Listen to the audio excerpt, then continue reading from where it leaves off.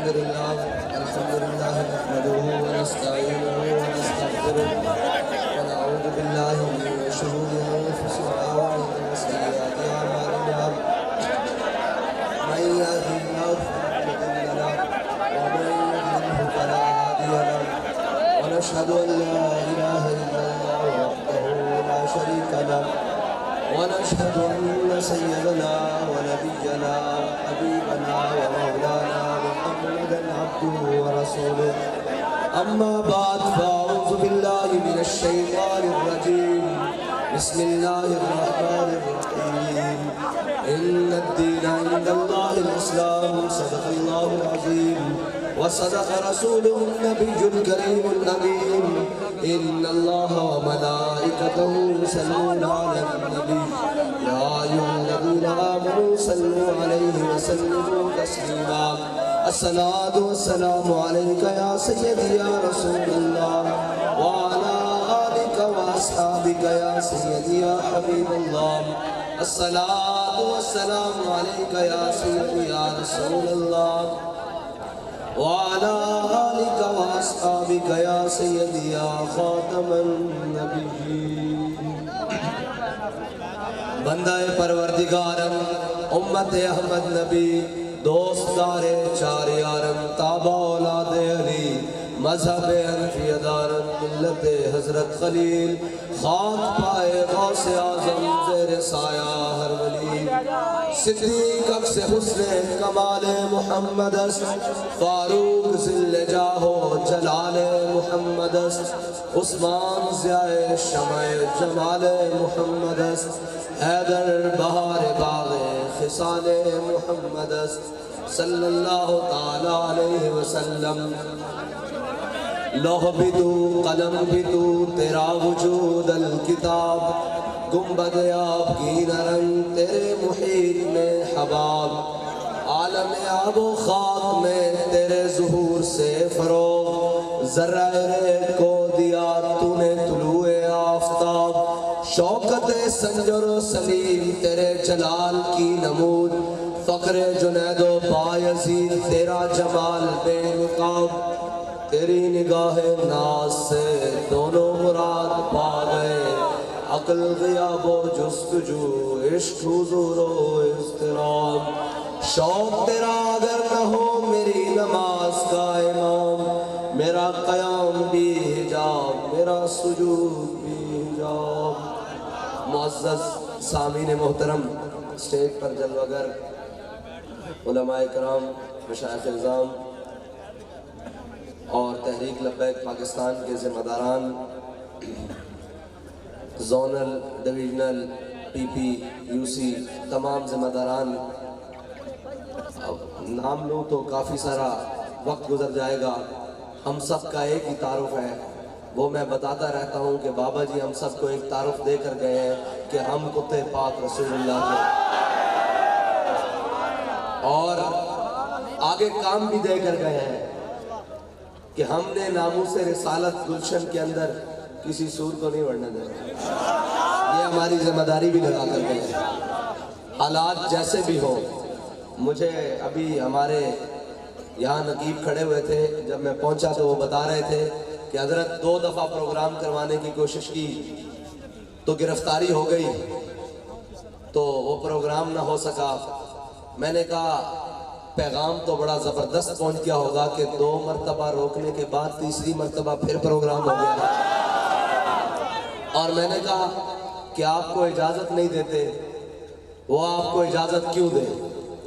وہ اجازت ان کو دیں گے جو ملک کے راز بیچتے پھرتے ہیں جو لندن میں بیٹھ کر پاکستان کی غداریاں کرتے پھرتے ہیں اجازت تو ان کو ملنی چاہیے اور جو آج بھی پاکستان کے لیے سیکیورٹی رسک ہیں سندھ میں حکومتیں تو ان کو ملنی چاہیے اجازتیں تو ان کو ملنی چاہیے صاحب ظاہر ہے ہمارا لیڈر تو پیور پاکستانی تھا نا ہم پیور پاکستانی ہمیں اجازت کیوں ملے وہ سمجھتے ہیں یہ پر امن ہے میں نے کہا ہم پر امن ضرور ہیں کمزور نہیں ہیں ہاں جب دل چاہے گا کہاں اجازت تمہارے اندر سے ہاتھ ڈال کے نکال لیں گے کوئی کمزوری بات نہیں ہے یہ ہماری شرافت سمجھو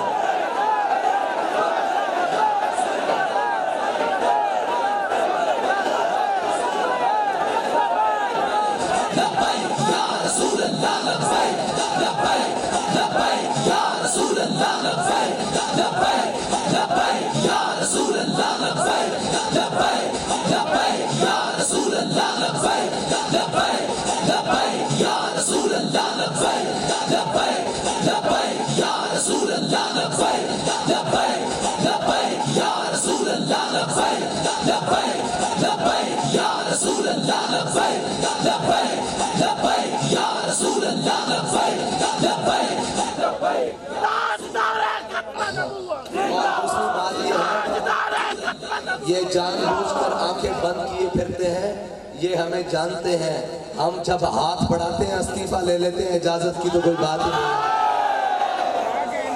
اور اجازتیں تم ان کو دیتے ہو جو ملک میں جگہ جگہ ملک کے خلاف باتیں کرتے پھرتے ہیں اور ملک کے اداروں کو کمزور کرنے پھرتے ہیں اور ملک کے جناب حساس ترین معاملات میں بھونکتے پھرتے ہیں، اجازتیں تم انہیں دیتے ہو، یہ نہ ہو کہ تمہیں پھر پاکستان سے اجازت دی جائے۔ ہاں، باز آ جاؤ اپنی حرکتوں سے۔ ہم تمہیں پھر بھی کہتے ہیں کہ ہمارے امن کو کمزوری نہ سمجھا کرو، ہماری خاموشی کی بھی ایک زبان ہوتی ہے۔ ہاں، ہم ایک حد تک تو خاموش رہتے ہیں، لیکن ہم جیسے حضور کی ختم نبوت اور ناموس رسالت کے لیے غیرت مند ہے نا، اس طرح ہم اپنے ایک آخری کارکن کی عزت کے لیے بھی غیرت مند ہیں۔ کسی کو کوئی غلط فہمی نہیں ہونی چاہیے۔ میں نے یہ تمہید اس لیے باندھی ہے کہ وہ جو آپ کسی وجہ سے یا کوئی بات ہو یا ہم نے کوئی ایسی بات کر دی ہو کہ آپ سمجھ کے بیٹھے ہو کہ جناب ان کے شکریہ، ان کا کس بات کا شکریہ؟ ان کو تو شکریہ ہمارا ادا کرنا چاہیے کہ ہم بغیر تنخواہ لیے پورے ملک کی بات کرتے ہیں، پورے محب وطن ہیں۔ یہ تو تنخواہیں لے کر ملک سے غداریاں کرتے ہیں، کرپشن کرتے ہیں، ادارے برباد کر کے رکھتی ہیں۔ ان کو شکریہ ہمارا ادا کرنا چاہیے یا ہمیں ان کا ادا کرنا چاہیے؟ اور یہ جو کچھ تم کرتے پھرتے ہو یہ ہم نے لکھ رکھا ہے، ایک دن ضرور حساب لیں گے، اور یہ دل کی تختی کے اوپر لکھ رکھا ہے۔ بس تمہیں اتنا بتاتے ہیں کہ ہمارے امن کو کمزوری نہ سمجھو۔ ہمارا جہاں دل کرے گا، جس وقت دل کرے گا، ہم جلسہ کریں گے اور اس جلسے میں یہ نعرہ بھی لگائیں گے کہ پاکستان کا مطلب کیا۔ بھائی آپ نے پیغام ان کو دینا ہے جن کو بہت تکلیف ہو جاتی ہے، تو پیغام پورا دیں یا پھر خاموش رہیں۔ اگر پیغام پورا دے سکتے ہیں تو میرے نعرے کا جواب دیں، ورنہ خاموشی اختیار کریں کہ پاکستان کا مطلب کیا، پاکستان کا مطلب کیا، دستور ریاست کیا ہوگا۔ یہ میری ابتدائی باتیں ان کے لیے تھیں جو سمجھتے ہیں کہ پرچے کر کر، بھائی ہم سیاسی بھی ہیں اور مذہبی بھی ہیں اور محب وطن بھی ہیں تم سے زیادہ۔ تم صرف وطن سے اس لیے محبت کرتے ہو کہ تمہاری اس وطن سے عیاشیاں منسلک ہیں۔ ہم وطن سے اس لیے محبت کرتے ہیں کہ اس وطن میں ہمارے بڑوں کا خون شامل ہے، اس وطن کو بنانے میں ہمارے بڑوں کی قربانیاں شامل ہیں، اور اگر وطن میں کوئی برا وقت آیا تو تمہارے چارٹر تیار کھڑے ہیں جس میں تم بھاگ جاؤ گے۔ اور ہم نے اپنی آنکھوں میں ماضی قریب میں دیکھا ہے کہ ایک شخص کے خلاف جب چینی اور جناب آٹے کے کیس کھلے تو وہ جا کے نیوزی لینڈ بیٹھ گیا اپنے ذاتی طیارے میں۔ اور ہم وہ ہیں کہ ملک کے اوپر کیسا بھی وطن آ جائے، کیسا بھی وقت آ جائے، ہمارا جینا بھی اس ملک کے ساتھ ہے، ہمارا مرنا بھی اس ملک کے ساتھ ہے، ہمارے آباء و اجداد کی قبریں بھی اس میں ہیں، اور ہمارے بچوں کا مستقبل بھی اس کے اندر ہے۔ اور تم وہ ہو جن کے بچے تو باہر کے ملکوں میں پڑھتے ہیں اور سیاست یہاں ہوتی ہے، جن کے اکاؤنٹ تو سوئس بینکوں میں ہوتے ہیں اور سیاست یہاں ہوتی ہے، جن کے جناب خاندان اور فیملیز تو باہر کے ملکوں میں بیٹھی ہوتی ہیں اور جناب حکمرانیاں اور عہدے پاکستان کے اندر لیے جاتے ہیں۔ اب قوم کی آنکھیں کھل چکی ہیں، اور جو آنکھیں کھول کر گیا ہے نا، اس آدمی کا نام علامہ خادم حسین رضوی ہے، اور وہ ایسی عشق کے جام پلا کر گیا ہے کہ وہ عشق کا نشہ تم کہتے ہو یہ اتر جائے گا لبیک والوں کا، یہ وہ نشہ ہے جو مرنے کے بعد بھی نہیں اترنا۔ اور ابھی تو ہم نے اس منظر میں چلنا ہے اس عشق کے ساتھ کہ ہم سوئے حشر چلیں گے شاہ ابرار کے ساتھ، قافلہ ہوگا رواں قافلہ سالار کے ساتھ۔ یہ تو طیبہ کی محبت کا اثر ہے، ورنہ کون روتا ہے لپٹ کر در و دیوار کے ساتھ۔ اور ہم بھی سنیں گے مظہر کوئی نعت رنگی، گر ملاقات ہو گئی شاعر دربار کے ساتھ۔ میری ابتدائی باتیں ان کے لیے تھی جو اپنے آپ کو اس ملک کے مامے سمجھتے ہیں، اور وہ اس ملک کے کسی بھی کھاتے میں مامے اس وقت تک ہیں جب تک ہم انہیں مانتے ہیں۔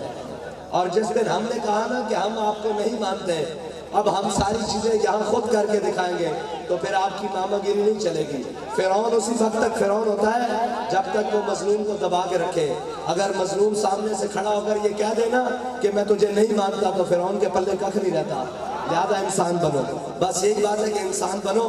اور جو تمہارا منصب ہے نا اس منصب کے مطابق کام کرو، اپنی حدوں سے نہ بڑھو، نہ ہم اپنی حد سے بڑھنے والے ہیں نہ تم اپنی حد سے بڑھو۔ آؤ جی چلتے ہیں حضور سید عالم صلی اللہ علیہ وسلم کی محبت اور عشق کی بات کرنے۔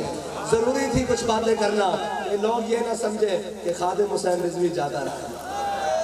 ہاں لوگ یہ نہ سمجھے بھائی اس کا لہجہ بھی باقی ہے اور اس کی تڑپ بھی باقی ہے اور اس کی گفتار بھی باقی ہے، اور انشاءاللہ یہ سارے قائدین بیٹھے ہیں، اس کے کردار اور اس عظیم قائد کے کردار کی جھلک بھی باقی رہے گی اور سب میں باقی رہے گی۔ اگر یہ بات ختم ہونے والی ہوتی نا تو پھر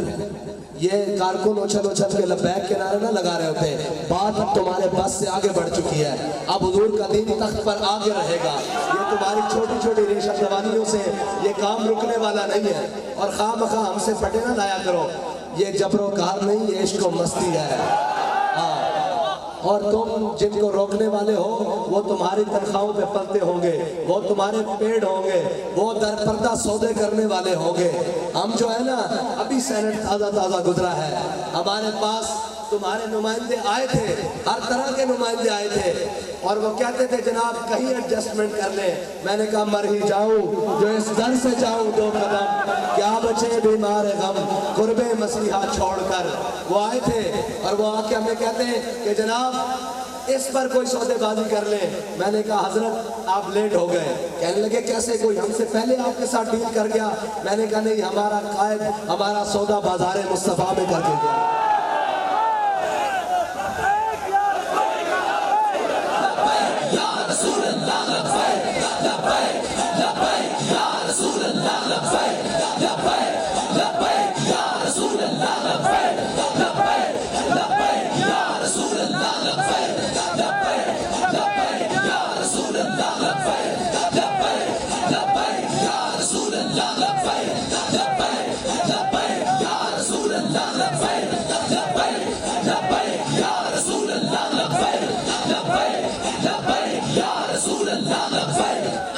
اس لیے کہ علامہ اقبال فرماتے ہیں غیرت بڑی چیز ہے جہان تگ و دو میں، غیرت بڑی چیز ہے جہان تگ و دو میں، پہناتی ہے درویش کو تاج سر دارا۔ اور وہی غیرت ہے جس غیرت نے علامہ خادم حسین رضوی کو امیر المجاہدین بنایا، جس نے علامہ خادم حسین رضوی کو عاشق رسول بنایا، اور جس نے علامہ خادم حسین رضوی کو اس امت کا ہیرو بنایا اور اس امت کا ماتھے کا تلک بنایا۔ اور انشاءاللہ اسی غیرت کو سمیٹتے ہوئے ہم انشاءاللہ حضور کا دین تخت پر لائیں گے۔ آؤ جی حضور کی محبت کی باتیں کریں، بس اتنا کافی ہے، ہمیں نہ چھیڑا کرو، اور اگر ہمیں چھیڑو گے تو ہم بھی بڑا زبردست چھیڑیں گے، اور اگر ہم چھڑ گئے نا تو پھر ہماری چھیڑ کا حل آخری یہی ہوگا کہ جناب انہیں مانا انہیں جانا، نہ رکھا غیر سے کام، للہ الحمد میں دنیا سے مسلمان گیا۔ بس اتنا پیغام کافی ہے۔ ریاست مدینہ کے دعوے داروں کے لیے یہ بات قابل شرم ہے کہ اداروں کے ہوتے ہوئے ہمارے لیے تو فخر ہے کہ ہمارے کارکن گراؤنڈ کی صفائیاں کریں اور گند کچرا اٹھائیں، اس لیے کہ ہم اس مشن پر نکلے ہیں کہ یہ عرض پاکستان یہ پاک مٹی ہے، اور اس کے اندر سے انشاءاللہ یہ سیاستدانوں کا تمام کچرا صاف کریں گے اور تمام گند صاف کریں گے، اور یہ ہمارا وعدہ ہے کہ حضور کے دین کو تخت پر لائیں گے اور اس کو ریاست مدینہ بنائیں گے۔ وہ ریاست مدینہ نہیں جس میں سٹیج پر بچیاں ناچتی ہوں، وہ ریاست مدینہ نہیں جس میں جناب عورتیں مائیں بہنیں پکارتی رہیں اور جناب وقت حاکم اکڑ کر اپنی سیٹ پر بیٹھا رہے، وہ ریاست مدینہ نہیں جس میں جناب جب کہا جائے کہ اس ملک کے سب سے بڑے چور کا انتخاب کیا جائے تو وہ ہمارے ریاست مدینہ، جھوٹے ریاست مدینہ کے دعویٰ کرنے والے کی بغل میں سے جہانگیر ترین نکلتا ہے، اور جب کہا جائے کہ جناب بہت بڑے ظالم کا اس ملک میں لسٹ آؤٹ کی جائے تو پھر جناب اس ملک کے آئی جی اور جناب سی سی پی اوز کی لسٹیں نکلتی ہیں کہ جناب یہ بتے خور ہیں اور یہ ساری چیزیں ہیں۔ لہذا ہم اس ریاست مدینہ کی بات کرتے ہیں کہ حضرت سعید بن عامر الجمحی، حضرت عمر مسجد میں بیٹھے ہوئے اپنے تمام اصحاب کے ساتھ ایک دن کہنے لگے کہ یار دعا مانگو۔ کسی نے دعا مانگی، یا اللہ مجھے اتنی صحت دے کہ میں تیرے راستے میں اتنی عبادت کروں، اتنے نوافل پڑھوں، اتنے حج کروں۔ کسی نے دعا کی کہ یا اللہ مجھے اتنی قوت دے کہ میں اتنے مال و زر دے کہ میں تیرے رستے میں اس کو صدقہ کروں۔ کسی نے دعا کی یا اللہ مجھے اتنی قوت دے کہ میں اتنی دیر تک کافروں کے خلاف جہاد کروں۔ سب کہنے لگے جناب حضرت عمر سے کہ آپ بھی تو اپنی کوئی خواہش بتائیں۔ آپ نے فرمایا اللہ تعالیٰ مجھے سعید بن عامر الجمحی جیسا ایک گورنر اور دے دے۔ یہ جناب عمر کی دعا ہے، اور آپ کو پتا ہے نا جناب عمر کن کی دعا ہے؟ وہ میرے آقا و مولا صلی اللہ علیہ وسلم کی دعا ہے۔ وہ سعید بن عامر الجمحی، یہ ہے ریاست مدینہ۔ حضرت عمر نے حمص کے اندر اپنے نمائندوں کو بھیجا اور کہا کہ وہاں کی غریبوں کی لسٹ بنا کر لاؤ۔ جب حضرت عمر کے پاس وہ لسٹ پیش کی گئی تو سب سے اوپر جن کا نام تھا وہ حمص کے گورنر سعید بن عامر الجمحی تھے۔ یہ ہے ریاست مدینہ، یہ ہے ریاست مدینہ۔ اور حضرت عمر کے پاس 3 شکایتیں حضرت سعید بن عامر الجمحی کی پہنچی۔ حضرت عمر نے ان کو طلب کر لیا مسجد نبوی میں۔ حضرت عمر ایک دن عصر کے وقت بیٹھے ہوئے تو دیکھا کہ ایک شخص اس نے اپنی پوٹلی سامان باندھا ہوا اور ایک لکڑی کے چھڑی کے ساتھ باندھا ہوا اور اپنے کندھے پہ رکھا ہوا اور مسجد نبوی میں داخل ہو رہا۔ حضرت عمر نے ایسے ہاتھ رکھ کے دیکھا، فرمایا اگر میری آنکھیں دھوکہ نہیں کھا رہی تو یہ سعید بن عامر الجمحی حمص کا گورنر نہیں آ رہا؟ لوگوں نے کہا جی بالکل یہ سعید بن عامر الجمحی ریاست مدینہ کے گورنر ہے اور حمص کے گورنر ہے۔ جب آپ پاس آئے تو آپ کی شکایتیں تھی 3۔ حضرت عمر نے پوچھا جناب آپ کی سواری کہاں ہے؟ آپ نے فرمایا وہ بیت المال کا امانت تھی، میں اسے بیت المال میں جمع کروا کے آیا ہوں۔ پروٹوکول کے ساتھ نہیں مدینے پہنچے۔ دوسری بات، حضرت عمر نے کہا کہ آپ کے بارے میں شکایت ہے کہ آپ ہفتے میں 1 دن گھر سے باہر لیٹ نکلتے ہیں، بہت دیر گھر سے باہر نکلتے ہیں۔ حضرت سعید بن عامر الجمحی نے عرض کی کہ جناب عمر، اے امیر المومنین، میرے پاس ایک سوٹ ہے جس کو میں پورا ہفتہ پہنتا ہوں، لیکن ہفتے میں 1 دن جب میں اسے دھوتا ہوں تو صبح سے شام تک اس کے سوکھنے کا انتظار کرتا ہوں۔ میرے پاس دوسرا کپڑا کوئی نہیں ہے جسے پہن کر میں گھر سے باہر نکل سکوں، اس لیے 1 دن میں باہر نکلتا ہوں۔ انہوں نے کہا جی آپ کی دوسری شکایت یہ ہے کہ آپ رات کے وقت باہر نہیں نکلتے۔ انہوں نے کہا اے امیر المومنین، میں نے دن مخلوق کے لیے رکھا ہوا ہے اور رات رب کی عبادت کے لیے رکھی ہوئی ہے۔ تیسری بات، حضرت عمر نے کہا ان سے کہ آپ کو مرگی کے دورے پڑتے ہیں۔ حضرت سعید بن عامر الجمحی فرمانے لگے مجھے مرگی کے دورے نہیں پڑتے۔ اسلام لانے سے پہلے حضرت خبیب بن عدی کو مقام تنعیم پہ جو سزا دی گئی تھی نا، اس وقت میں اسلام نہیں لایا تھا۔ وہ منظر میں نے اپنا ساری آنکھوں کے سامنے دیکھا تھا، جب وہ منظر مجھے یاد آتا ہے تو میں بے ہوش ہو جاتا ہوں۔ اس لیے تو حضرت عمر فرمانے لگے اے سعید بن عامر الجمحی، تمہارا گزارا کس طرح ہوتا ہے؟ آپ فرمانے لگے جب آپ مجھے بیت المال میں سے تنخواہ بھیجتے ہیں نا، جب تک اس تنخواہ کو میں غریبوں میں بانٹ نہیں لیتا اس وقت تک میں اپنے گھر میں نہیں جاتا۔ یہ ہے ریاست مدینہ، یہ ہے ریاست مدینہ کے حاکم۔ اور ریاست مدینہ کے سب سے پہلے حاکم جناب سیدنا صدیق اکبر، افضل الخلق بعد الانبیاء۔ اور میرے آقا و مولا نے فرمایا میں نے سب کے احسان اتار دیے، صدیق کے احسان آج بھی اسلام پر باقی ہیں۔ اور میرے آقا و مولا سے پوچھا گیا یا رسول اللہ صدیق کے احسان کس طرح اتریں گے؟ میرے آقا نے فرمایا جب قیامت والے دن اللہ اولین و آخرین سب کو جمع کرے گا اور سب کو بلا کر اپنی زیارت کروائے گا اور پھر سب کو بھیج دیا جائے گا۔ حضرت آدم علیہ السلام سے لے کر حضور کی آخری امتی تک سب کو بھیج دیا جائے گا۔ پھر جناب صدیق اکبر کو اکیلا بلایا جائے گا اور کہا جائے گا صدیق جو تو نے اسلام پر احسان کیے نا، آج ان کا بدلہ لے لے۔ علامہ اقبال فرماتے آمن الناس بر مولا ماں، آن کلیم اول سینہ ماں۔ یہ ہے ریاست مدینہ کے حاکم جنہوں نے اسلام کے لیے کام کیا ہے، جنہوں نے اپنے وطن کے لیے کام کیا ہے اور اپنے قوم کو لوٹا نہیں ہے، 2 نمبریاں نہیں کی، بلکہ قوم کی فلاح و بہبود کے لیے وہ کام کیے ہیں کہ حضرت صدیق اکبر جب خلیفہ بنے تو اگلے دن اپنا سامان باندھا تجارت کا اور بازار کی طرف چل پڑے۔ حضرت عمر سے ملاقات ہو گئی۔ حضرت عمر نے پوچھا جناب آپ امیر المومنین بن گئے ہیں، کدھر جا رہے ہیں؟ حضرت صدیق اکبر فرمانے لگے کہ میں تجارت کے لیے جا رہا ہوں، کرپشن کے لیے نہیں، اداروں کو لوٹنے کے لیے نہیں، سویس بینک میں اکاؤنٹ بنانے کے لیے نہیں، پاناما لیکس کے لیے نہیں، سرے محل بنانے کے لیے نہیں، لندن اپارٹمنٹس کے لیے نہیں، بچوں کو بیرونی تعلیم پڑھانے کے لیے نہیں، میں حق حلال تجارت کرنے کے لیے بازار میں جا رہا ہوں۔ حضرت عمر فرمانے لگے آپ امیر المومنین بن گئے، آپ کو تجارت کی اجازت نہیں، آپ واپس گھر چلیں، میں اس امت کے امین ابو عبیدہ بن جراح کو لے کر آ رہا ہوں، ہم آپ کی تنخواہ مقرر کرتے ہیں۔ حضرت ابو عبیدہ بن جراح کے ساتھ جب حضرت عمر حضرت صدیق اکبر کے پاس پہنچے تو حضرت صدیق اکبر کی تنخواہ مقرر کی، ذرا سنیے کتنی تنخواہ ہے، جتنی مدینے کے ایک مزدور کی تنخواہ تھی۔ یہ ہے ریاست مدینہ اور یہ ہے مدینہ کے حاکم۔ اب سنیں آگے جو لذت کی بات ہے، جس اسلام سے آپ کو قدغن ہے نا، جس اسلام سے آپ کو تکلیف ہے اور جس اسلام سے آپ کو ڈر لگتا ہے، وہ اسلام وہ ہے جو ابو بکر عمر کو اپنے پیچھے چلاتا ہے۔ وہ یہ نہیں کہتا کہ جہاں شکست ہو جائے تو پھر جناب اداروں کے خلاف بھونکنے شروع ہو جاؤ، پھر یہ کہہ دو کہ جناب انہوں نے دھاندلی کی، جدھر سے تم آئے وہاں کیا ریوڑیاں بن رہی تھی، وہاں بھی تو دھاندلی ہو رہی تھی، جن رستوں چور رستوں سے تم آئے ہو جو دھاندلی والوں کو دھاندلی سے ہی بھیجا جائے گا۔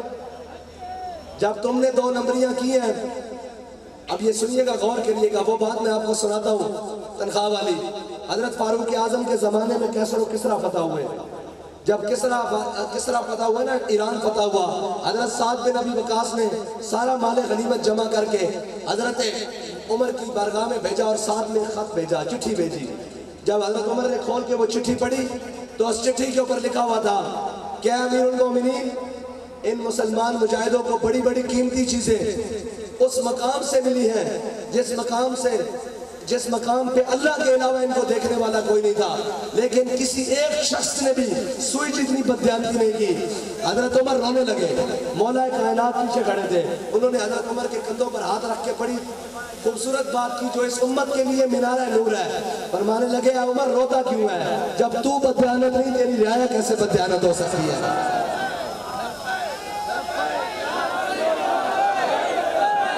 لبیک یا رسول اللہ لبیک، لبیک لبیک یا رسول اللہ لبیک، لبیک لبیک یا رسول اللہ لبیک، لبیک لبیک یا رسول اللہ لبیک، لبیک لبیک یا رسول اللہ لبیک، لبیک لبیک یا رسول اللہ۔ آپ سنیے جی کہ حضرت عمر نے فرمایا، حضرت مولا کائنات نے فرمایا تھا کہ جب تو ان کا سربراہ ہے، تو بددیانت نہیں تو تیری رعایا کیسے بددیانت ہو سکتی ہے؟ اس ملک کی تمام ایجنسیز نے یہ رپورٹ دی ہے کہ تحریک لبیک پاکستان کا کوئی کارکن کسی بھی ملک دشمن اور غیر اخلاقی سرگرمی میں ملوث نہیں ہے۔ میں نے کہا ہمارا قائد اتنا پاک تھا، اس کا کارکن کیسے کسی برائی میں ملوث ہو سکتا ہے؟ اس لیے کہ حضرت مولا کائنات فرما گئے ہیں کہ جب ان کا سربراہ 2 نمبر نہ ہو اور ان کا سربراہ بددیانت نہ ہو تو ان کی رعایا بھی بددیانت نہیں ہو سکتی۔ ہمارا قائد کسی قسم کا کوئی داغ لے کر دنیا سے نہیں لے گیا،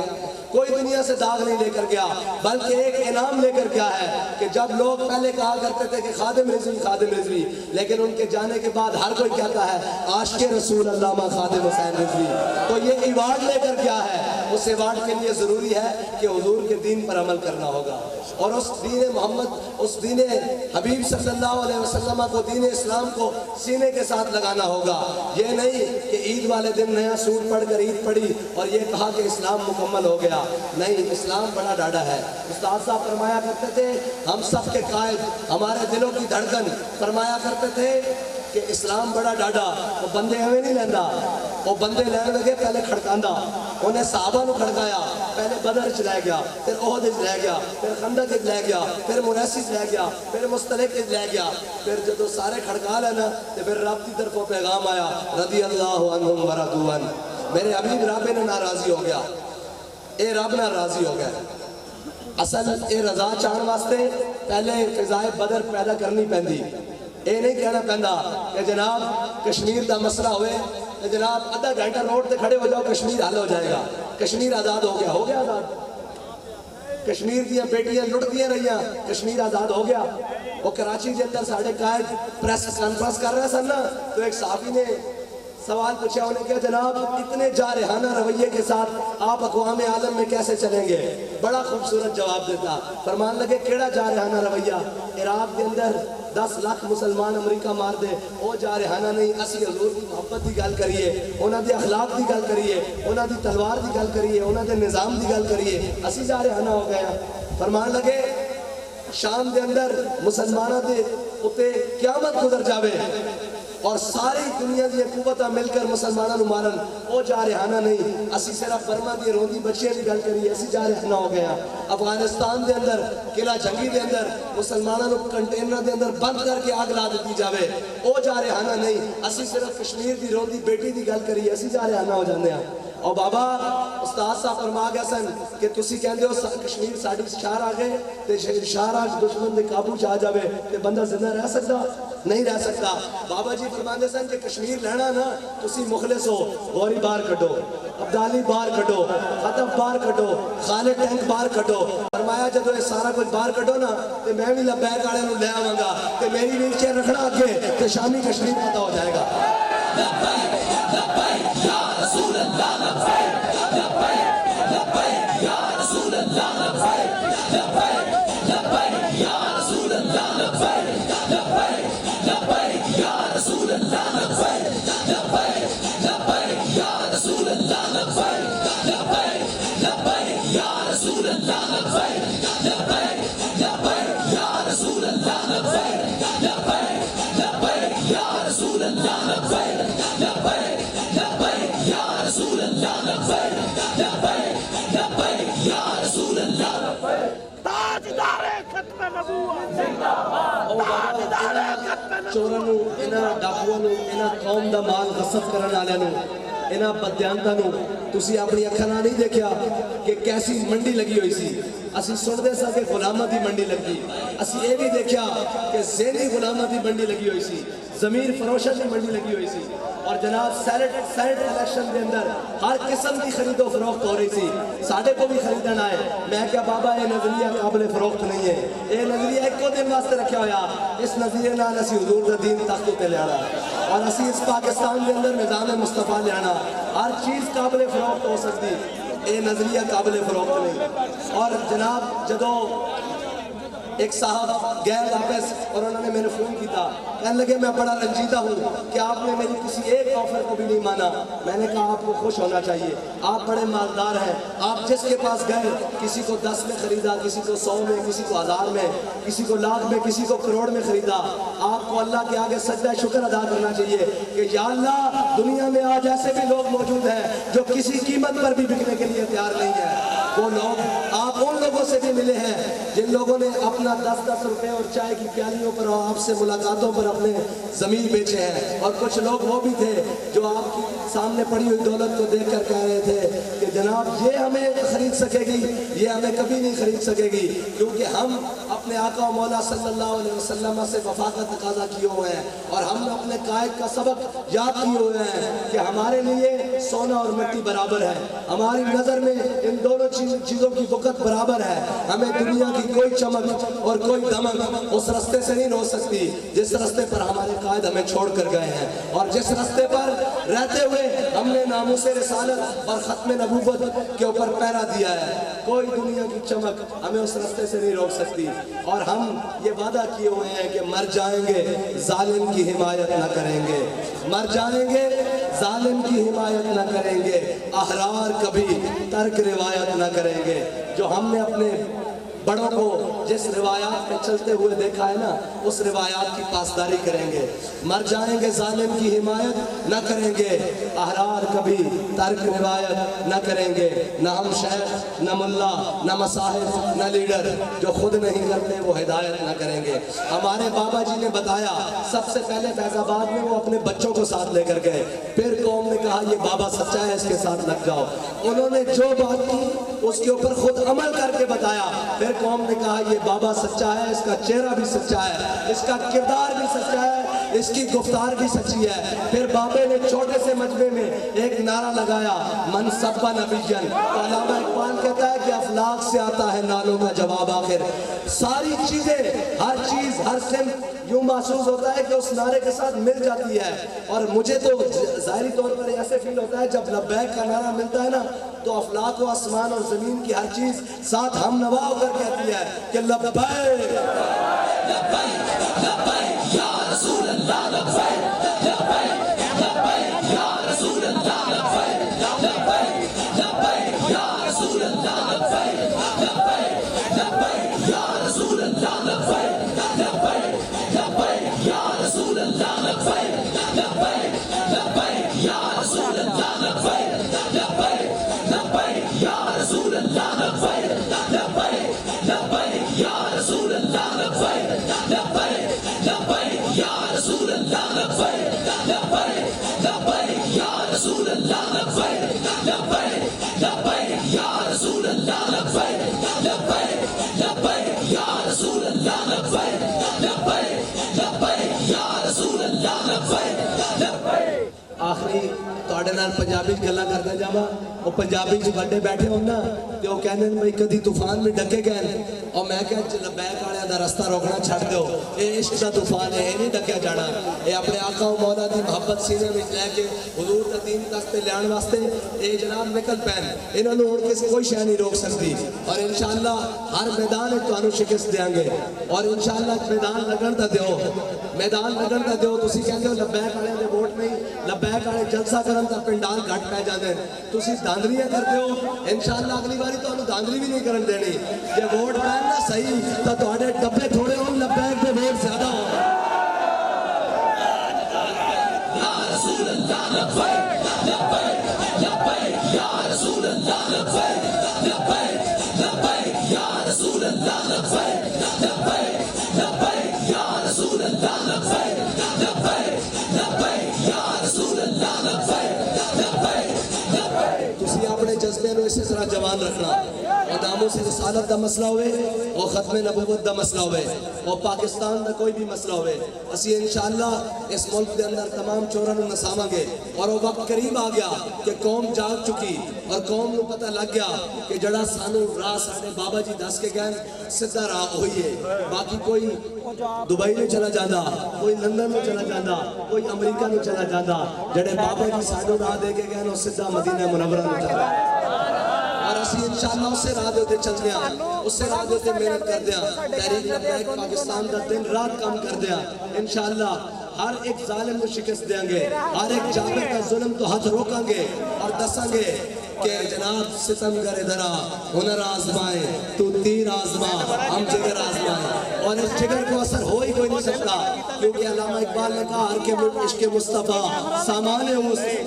بردر گوشائے دامان اس۔ تسی پریشان نہ ہویا کرو، علامہ اقبال فرماندے جس دے دل وچ حضور دی محبت ہوندی نا، کائنات کی ساری نعمتاں اودی جیب وچ موجود ہوندیاں، اور ساڈے دلاں وچ حضور دی محبت سارے نال ود کے موجود ہے۔ کدی موازنہ کرنا ہویا تو پھر آ جانا مینار پاکستان، توڑا ساڈا میچ پہ جائے گا۔ وآخر دعوانا الحمدللہ۔